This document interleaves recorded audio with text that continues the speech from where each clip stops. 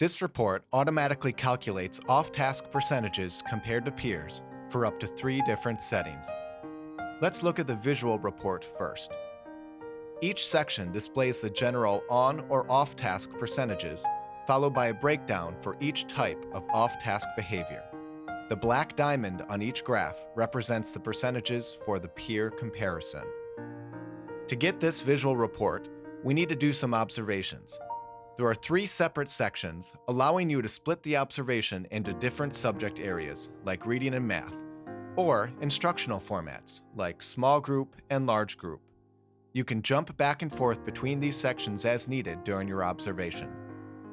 Any comments entered here will be summarized on the Analysis tab.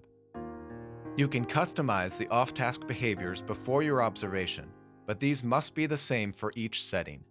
This red box shows which labels can be changed, and the rest will update automatically.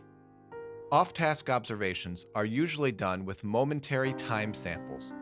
This means we choose an interval of time, for example 10 seconds, and record only the behavior observed at the end of the interval. You can adjust the interval time here, which, on this report, is only used to keep track of how long the observation is.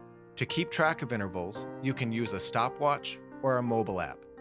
The best iPhone app I've found so far is called Interval Timer by Alicia Kwok.